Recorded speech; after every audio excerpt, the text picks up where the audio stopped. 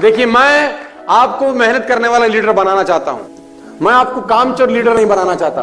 मैं नहीं चाहता कि आप नाम वाले लीडर बने। मैं चाहता हूं आप काम वाले लीडर बने। वो कहते हैं ना, कुत्ता अपने बच्चे को पालता है और शेर अपने बच्चे की परवरिश करता है। कहते हैं ना, वो शेर और शेरनी एक रास्ते से गुजरते हैं तो बीच में नाला आता है। शेर का बच्चा छोटा है तो नाला क्रॉस करने में घबराता है, बीच में गिर जाता है। शेर दोबारा प्रयास कराता है उसको, लेकिन वो नाला क्रॉस नहीं कर पा रहा होता तो बीच में गिर जाता है।